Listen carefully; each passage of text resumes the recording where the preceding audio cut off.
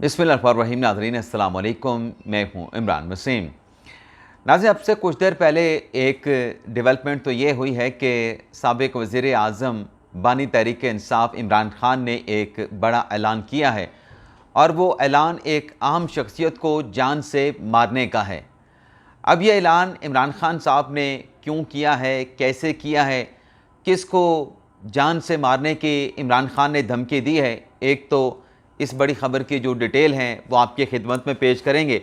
और दूसरी नाज़रीन ख़बर है जो मुस्लिम नवाज़ की जानिब से मखसूस नशिस्तों के फ़ैसले के ख़िलाफ़ जो नज़रसानी की दरख्वास्त दायर की गई और फिर वो नज़रसानी की दरख्वास्त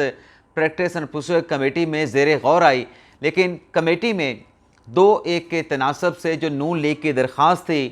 उसको फौरी तौर पर समाअत के लिए फ़िक्स करने से इनकार कर दिया गया। और इस फ़ैसले से जो कमेटी में जस्टिस मंसूर अली शाह और जस्टिस मुनीब अख्तर की जानिब से किया गया अक्सरती फ़ैसला किया गया, इस फ़ैसले से chief justice of Pakistan justice काजी फायसा ने इख्तलाफ किया।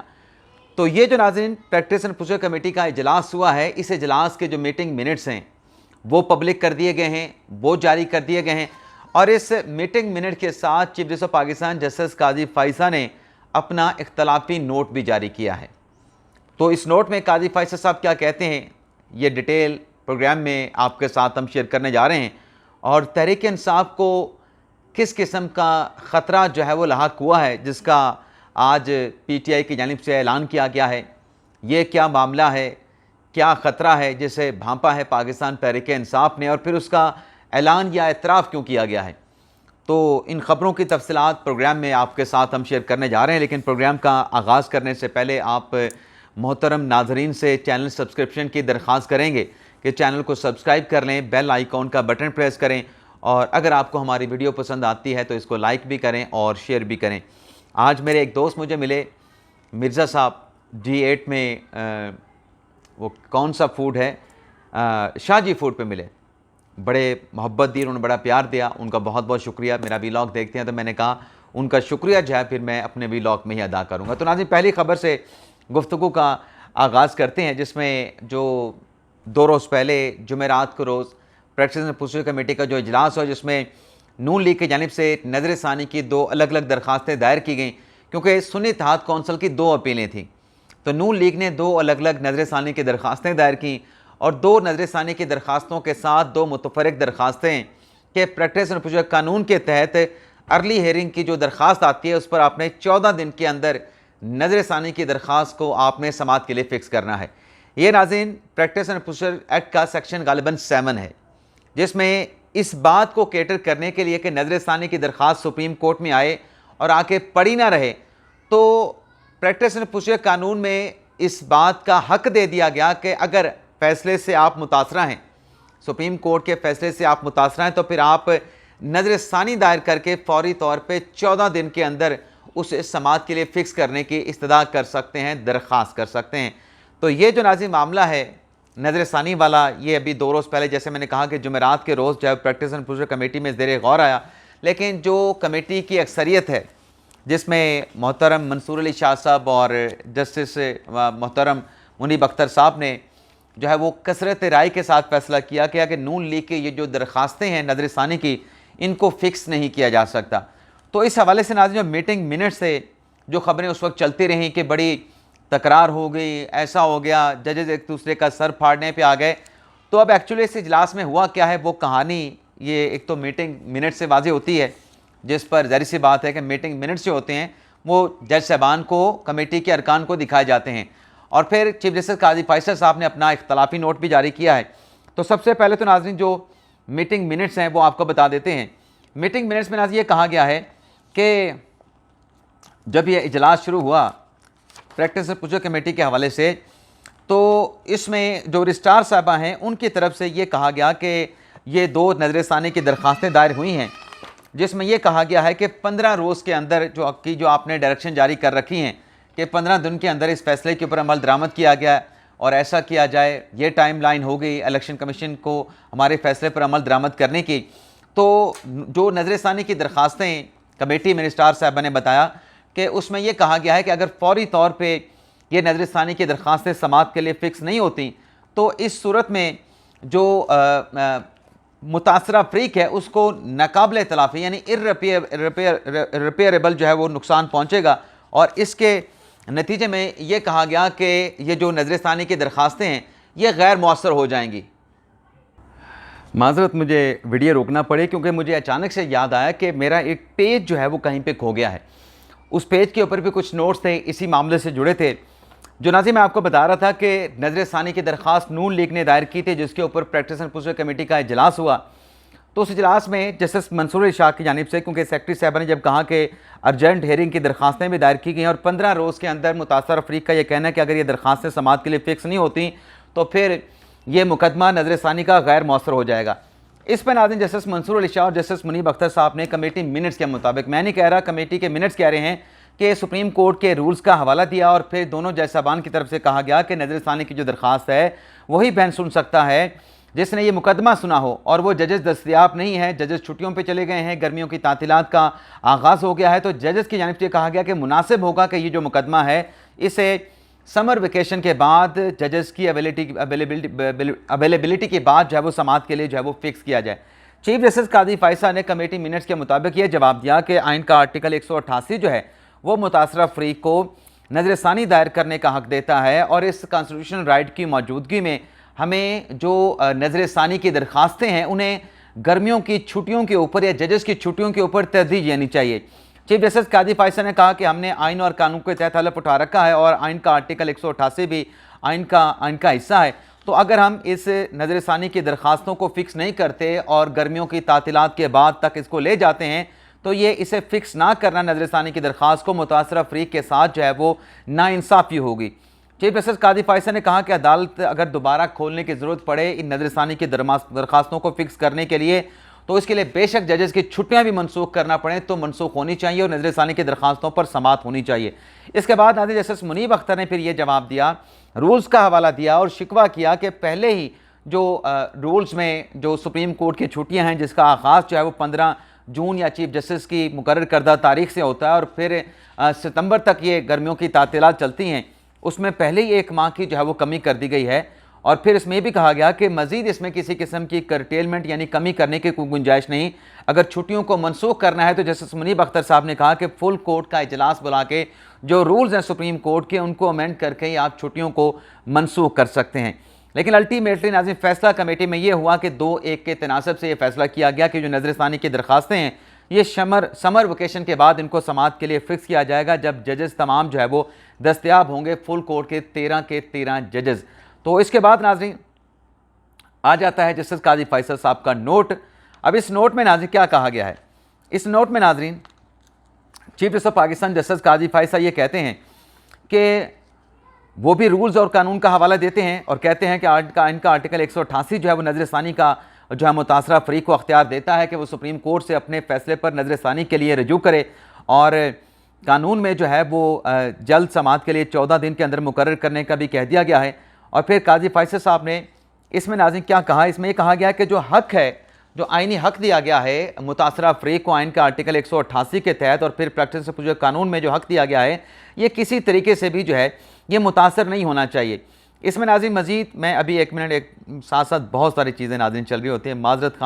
खाऊँ ये नाज़रीन मुझे कुछ चीज़ फॉरवर्ड करनी है, फॉरवर्ड कर लूँ और फिर मैं आपकी खिदमत में हाजिर हो रहा हूँ। इसमें नाज़रीन काजी फैसल साहब ये कहते हैं अपने तफसीली नोट में, किधर गया ये निकला है, बहुत सारे दोस्त कहते हैं तैयारी नहीं होते लेकिन बीच में और बहुत सारी चीज़ें निकल आती हैं, उसके लिए मैं आपसे माफ़ी का तलबगार हमेशा रहता हूँ। तो इसमें नाज़रीन काजी फैसल साहब ने कहा अपने के साथियों से कि नज़रसानी की दरख्वास्तों को समाअत के लिए दर्ज ना करने ने उसका इंदराज ना करने के 2 वजूहात बयान की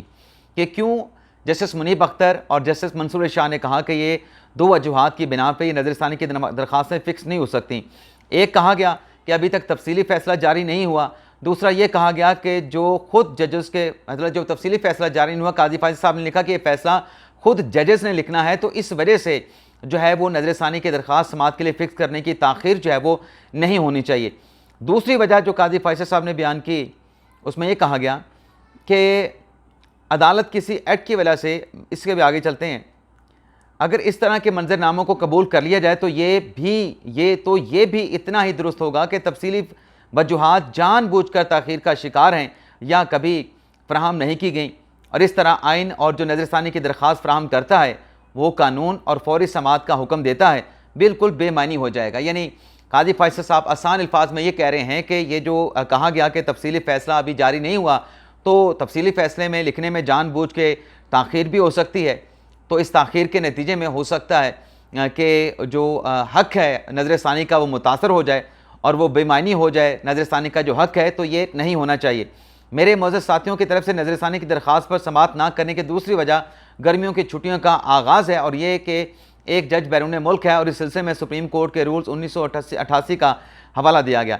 इसमें नाज़रीन चीफ जस्टिस पाकिस्तान काजी फैसल साहब कहते हैं कि अगर आयशा मलिक साहबा मुल्क से बाहर हैं तो उन्हें एक हफ्ते का मौका दिया जा सकता है, एक हफ्ते में वो पाकिस्तान में वापस आ सकती हैं। इसके अलावा नाज़रीन इसी पटिशन में आर्टिकल 63A के हवाले से भी जिक्र किया गया है, जो जस्टिस मुनीब अख्तर साहब का फैसला है कि उस फैसले के खिलाफ जिसमें आइन के आर्टिकल 63A की तशरीह की गई और उसमें फिर ये सवालात उठे कि कॉन्स्टिट्यूशन को रीराइट किया गया है, उस पर नज़रसानी की दरख्वास्त 23 माह से ज़ेर समाअत पड़ी है, वो समाअत के लिए फ़िक्स नहीं हुई है। तो इस पर भी जो है वो जज साहबान ने यही वजह दी है, अक्सरियत जजेस ने, मंसूर अली शाह साहब ने और जस्टिस मुनीब अख्तर ने, कि गर्मियों की तातीलात के बाद ही इस केस को लगाया जाए। लेकिन चीफ जस्टिस काजी फैसल कहते हैं कि मैंने ये कहा कि उस केस को सुनने वाले जो जजेस हैं मोस्टली रिटायर्ड हो चुके हैं, जिसमें अब जो सर्विंग जज मौजूद हैं उसमें एक जस्टिस मुनीब अख्तर साहब हैं, एक जस्टिस जमाल खान मंदूखेल साहब हैं। तो दोनों जज अवेलेबल हैं, इनके साथ 3 जो जजेस हैं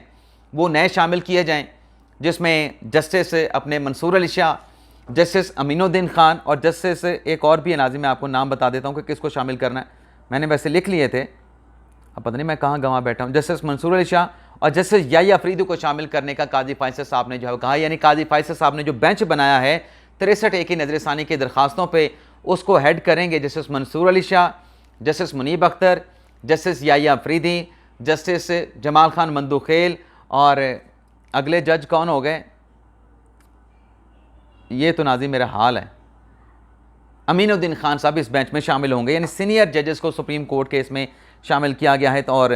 काजी फैसल साहब ने ये जवाज़ के गर्मियों की छुट्टियां हैं, इस बिना पे ये फिक्स नहीं हो सकती, इसको जो है वो रद्द कर दिया और 2-1 के इस फैसले में वो अकलियत में रहे हैं। इसके अलावा नाज़रीन तहरीक इंसाफ को जो डर सताने लगा है वो ये है कि जो सुप्रीम कोर्ट ने मखसूस नशिस्तों के हवाले से फ़ैसला दिया है उस फैसले पर अमल दरामद नहीं होगा। इस हवाले से नाज़रीन आज एक अलामिया तहरीक इंसाफ ने जारी किया, जिसमें तहरीक इंसाफ ये कहती है कि एक तरफ तो इलेक्शन कमीशन ने जो अलामिया जारी किया गया है उसमें वो कहते हैं कि वो सुप्रीम कोर्ट के फैसले पर अमल दरामद करेंगे, लेकिन दूसरी तरफ अपने अलामिया में इलेक्शन कमीशन ने सुप्रीम कोर्ट के फैसले की नफ़ी कर दी है, उसकी तरदीद कर दी है और ये तरदीद करके इलेक्शन कमीशन ने अपना जो मुजरमाना किरदार है उसको साबित कर दिया है। तहरीक इंसाफ के अलामिया में कहा गया है कि इलेक्शन कमीशन सुप्रीम कोर्ट के हुक्म अदूली पर कमर बस्ता है, कोई इबाम नहीं, और कि इलेक्शन कमीशन ने सुप्रीम कोर्ट के 13 जनवरी के फैसले की गलत तशरीह की थी और पाकिस्तान तहरीक इंसाफ के जो हकूक़ थे उनको गज़ब किया गया था। और फिर इस इलामे में तहरीक इंसाफ ने इलेक्शन कमीशन के चीफ और मेम्बरान से फौरी तौर पर मुस्तफ़ी होने का जो है मुतालबा किया है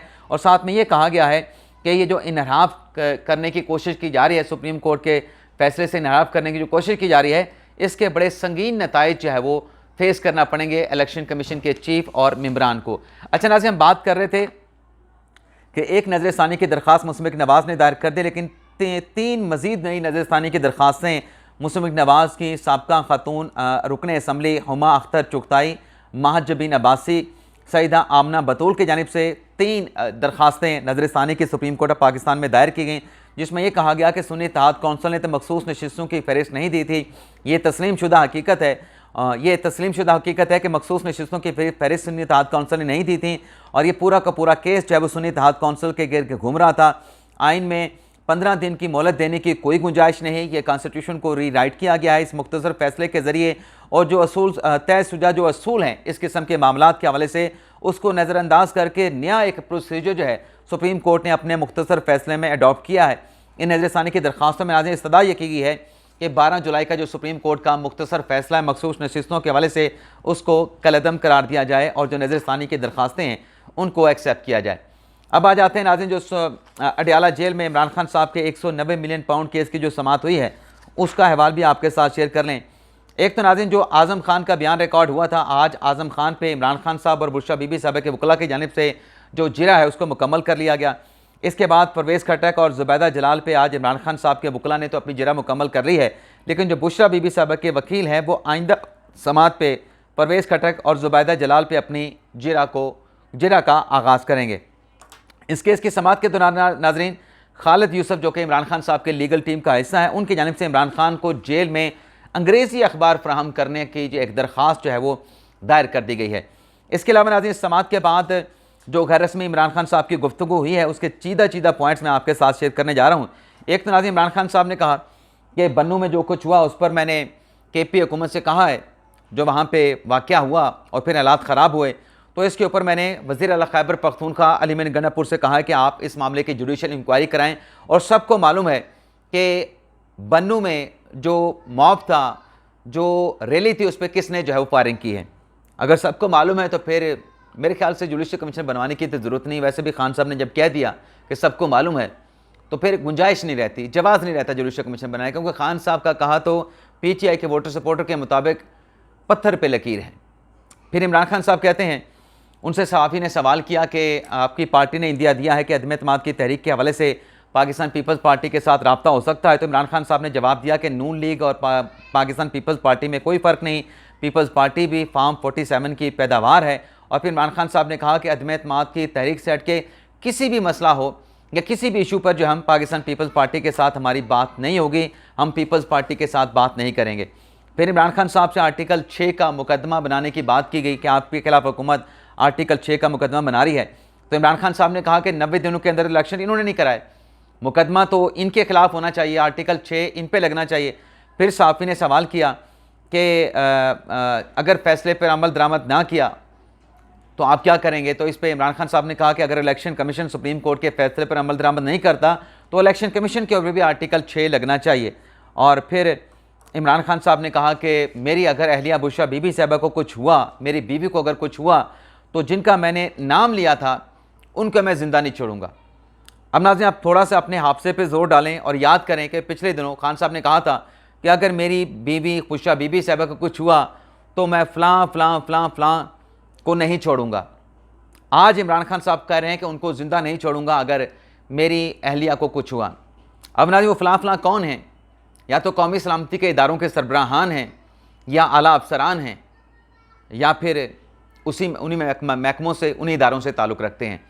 और फिर खान साहब के साथ जब बात होती है, खान साहब कहते हैं मेरा तो किसी के साथ कोई झगड़ा नहीं। और भाई उनका, जिनके आप इल्ज़ाम लगा रहे हैं, जिनको आप मुल्ज़म ठहरा रहे हैं, जिनको आप क्वेश्चन करके सलकर कर रहे हैं, उनका बुशरा बीबी साहबा के साथ क्या झगड़ा है? झगड़ा तो आपने खुद बनाया, आपको तो एक रिपोर्ट दिखाई गई, आप उस रिपोर्ट को देख के कुछ पॉजिटिव करते, कुछ एक्शन लेते, आपने रिपोर्ट बनाने वाले को सैक कर दिया। और आज आप उसको मुल्ज़म बना रहे हैं जिसके खिलाफ रिपोर्ट थी, उसको आप कहते हैं कि नहीं वो नहीं, उसको कुछ हुआ तो मैं ज़िंदा नहीं छोड़ूंगा। तो ऐसे चलेगा नहीं, और ऐसे चलेगा नहीं। और इससे वो जो लोग उम्मीदें लगा के बैठे हैं कि खान साहब आज आए कल आए, ये नाज़रीन फिर बाहर आना इतना आसान नहीं होगा। इसके अलावा नाज़रीन बुशरा बीबी साहब ने भी ख़ाब तवक्को जो है साफ़ियों के साथ गैर रस्मी गुफ्तगू की। एक तो उन्होंने अली ज़फ़र के ऊपर गोलाबारी की, तहरीक इंसाफ के वकील रहनुमा हैं, और उन्होंने कहा कि जब इमरान खान साहब को गिरफ़्तार किया गया तो मैं अली ज़फ़र के साथ रब्ता करती रही, लेकिन अली ज़फ़र ने मेरा फ़ोन अटेंड नहीं किया, और 10 दिन के बाद मेरी अली ज़फ़र के साथ मुलाकात हुई, कोई इमरान खान का वकील बनने के लिए तैयार नहीं था। और फिर बुशरा बीबी साहब ने कहा कि हमारे खिलाफ जो मुकदमात बनाए गए हैं इसका हलफ दे दें, क्या ये झूठे मुकदमे नहीं? मैं हलफ देती हूँ कि सारे मुकदमात झूठे हैं। 190 मिलियन पाउंड बरतानिया से आके मलिक रियाज को दे दिए गए, और फिर अल कादर ट्रस्ट के लिए ज़मीनें मलिक रियाज से ली गई, उसकी मेंटेनेंस, उसकी रेनोवेशन की ज़िम्मेदारी मलिक रियाज ने ली। ये कोई बात समझ नहीं आती, ये कोई बात समझ नहीं आती। ये इसी किस्म का इल्ज़ाम लगता है कि क्यों ऐसा क्यों हुआ। और फिर वो एक ऑडियो भी आई थी कि वो नाराज़ हो रहे हैं, ये तो बड़ी कम वज़न की आप गिफ्ट कर रहे हैं, कोई बड़े वज़न की करें, कोई अच्छे ज़्यादा बेहतर कैरेट की करें और ख़ूबसूरत करें ताकि अच्छा तो लगे। वो भी एक ऑडियो आई थी। लेकिन बहरहाल नाज़रीन, इसके अलावा सनम जवेद जिन्हें लाहौर हाई कोर्ट ने बरी करने का फ़ैसला किया था, डिस्चार्ज कर दिया था मुकदमे से, उस लाहौर हाई कोर्ट के फ़ैसले को पंजाब हुकूमत ने सुप्रीम कोर्ट में चैलेंज कर दिया है। इसके अलावा नाज़रीन, गवर्नर खैबर पख्तूनख्वा को अली मीन गंडापुर ने 1 अरब हर्जाने का जो है वो नोटिस भिजवा दिया है। तो ये नाज़रीन हमारा वीलॉग, इजाज़त चाहते हैं, अल्लाह हाफिज़।